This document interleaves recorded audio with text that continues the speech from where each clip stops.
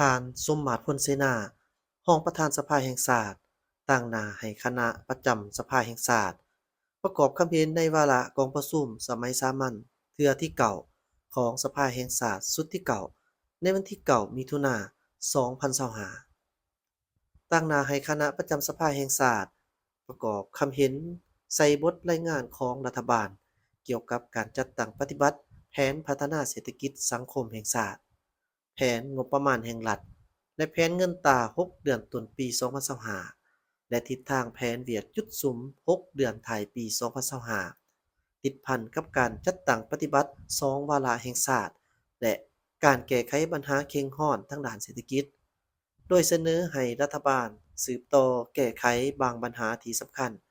เพื่อเฮ็ดให้การจัดตั้งปฏิบัติแผนพัฒนาเศรษฐกิจสังคมแห่งชาติมีการขยายตัวอย่างต่อเนื่องคณะประจำสภาแห่งชาติเป็นเอกภาพต่อการตีราคาของโครงข่างในบรรดาสาเหตุตามบทรายงานของรัฐบาลผ่านการติดตามกฎกาสภาแห่งชาติ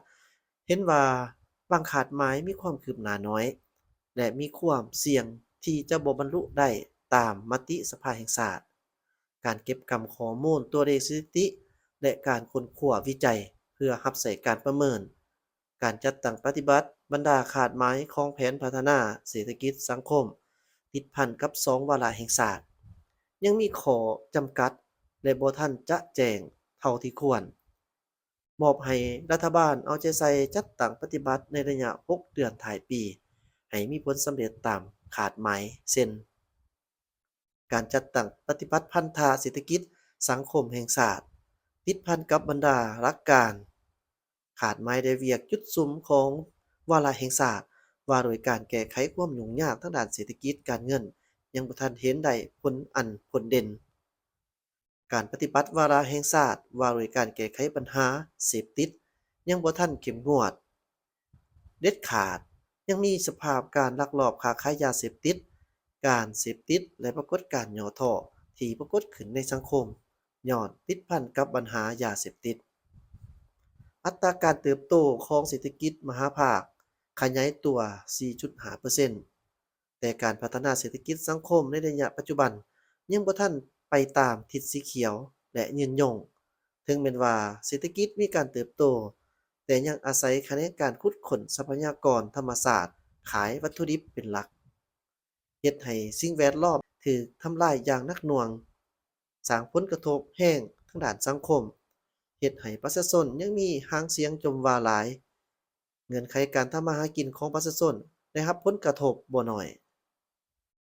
การปฏิบัตินโยบายและมาตรการซุกยู่ส่งเสริมการลงทุนในและต่างประเทศยังบ่ทันแข็งแรงและบ่ทันได้ดึงดูดได้โครงการลงทุนขนาดใหญ่ที่มีประสิทธิผลสูงโครงการสัมปทานต่างๆที่ได้รับอนุญาตไปแล้วยังซักซ่าแก่ยาวต่ออายุโครงการหลายเทื่อและมีผลกระทบต่อสิ่งแวดล้อมสังคมโดยเฉพาะโครงการพัฒนาแร่ธาตุการขุดค้นแร่ธาตุได้หลายมีการส่งออกแต่การเก็บได้รับเข้ารัฐยังบ่ทันได้ดีมีการหัวไหลหลายมูลค่าคลังสำรองยังบ่ทันเพิ่มขึ้นยังมีการยกเว้นค่าทรัพยากรธรรมชาติภาษีส่งออกอากรกำไรการถอกมอบพันธะเข้างบประมาณก็ยังซักซ่าและบ่ทันได้ครบถ้วนการปฏิบัตินโยบายต่อการผลิตเพื่อทดแทนการนำเข้าและส่งออกเป็นสินค้าของแขนงการเกษตรกรรมบ่ทันเข้มแข็งและยังบ่ทันสามารถตอบสนองต่อกับความต้องการตัวจริงโดยเฉพาะแม่นการส่งเสริมทางด้านทุนร้อนแนวพันธุ์ฝุ่นปุ๋ยซึ่งยังมีการนำเข้าจำนวนหลายการสุมทุนพัฒนาและปกปักรักษาชนประทานยังบ่ทันเฮ็ดได้ดีเท่าที่ควรสภาพพื้นฐานโครงสร้างทรุดโทรมการบูรณะเส้นทางซ่อมแปลงเส้นทางมีความคืบหน้าช้าสร้างความยุ่งยากให้แก่การขนส่งสินค้าการสัญจรของประชาชนและนักท่องเที่ยวพาหนะยังบรรทุกน้ำหนักเกินมาตรฐานของเส้นทางการบำรุงรักษาบ่ไปตามระเบียบการแบ่งความรับผิดชอบในการคุ้มครองเส้นทางระหว่างศูนย์กลางและท้องถิ่น ยังบ่ทันละเอียดจะแจ้งการปฏิบัติแผนงบประมาณแห่งรัฐเห็นว่ามีความคืบหน้าช้าเทียบใส่ฐานรายรับ GDP ได้ 9.89% การจัดเก็บรายรับยังบ่ทันครบถ้วน การขุดค้นแหล่งรายรับใหม่ยังบ่ทันมีความหลากหลาย การหันเป็นทันสมัยในการจัดเก็บรายรับและการเก็บอากรที่ดินผ่านระบบธนาคารยังมีความยุ่งยากและบ่ทันร่วมศูนย์บ่ทันสร้างความสะดวกให้แก่ประชาชน การปฏิบัติแผนรายจ่ายยังมีความคืบหน้าช้าได้ 31% การจัดสรรงบประมาณให้บ่วงกองทุนทางใส่บัญชีโครงการยังบ่ทันสำเร็จ การแก้ไขปัญหาหนี้สินโครงการลงทุนของรัฐที่สำเร็จ100%แต่ยังคงค้างคาชำระมาดนยังคืบหน้าน้อยสำหรับการปฏิบัติบางขาดหมายทางด้านเงินตรายังมีความยุ่งยากเป็นต้นปัญหาเงินเฟ้อเงินกีบอ่อนค่าเทียบใส่สกุลเงินตราต่างประเทศยังบ่ทันมีเสถียรภาพการค้าต่างประเทศแม่นเกินดุลแต่คลังเร่สำรองเงินตราต่างประเทศกลุ่มการนำเข้าได้แต่5เดือน ปริมาณเงิน M2 โดยเฉพาะแม่นการปล่อยสินเชื่อ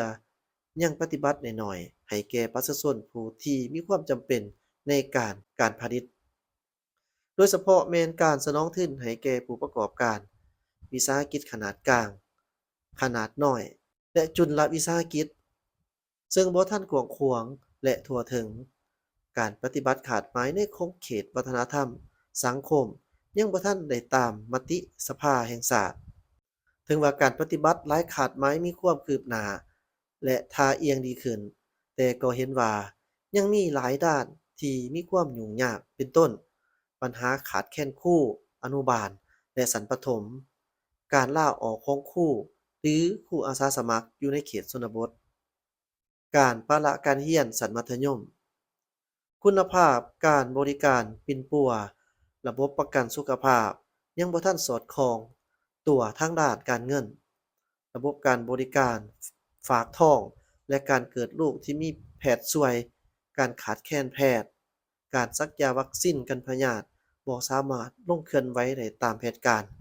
เครื่องมืออุปกรณ์การแพทย์และยาปิ่นปัวพยาธิบ่เพียงพอ เวียกงานอสบอาสาสมัครสาธารณสุขขันบ้านมีแต่ผู้อายุสูงการสร้างกองทุนคุ้มครองภัยพิบัติและการร่วมกันขององค์การประกันสังคมและองค์การประกันสุขภาพยังบ่ทันได้จัดตั้งปฏิบัติการบูรณะปกปักรักษาพัฒนาพื้นฐานของลางการปกปักรักษาสิ่งแวดล้อมเพื่อการท่องเที่ยวในแต่ละท้องถิ่นยังเฮ็ดบ่ทันได้ดี ปรากฏการณ์ย่อท้อทางด้านสังคมยังมีแพร่หลายเป็นต้น การใช้ยาสูบไฟฟ้า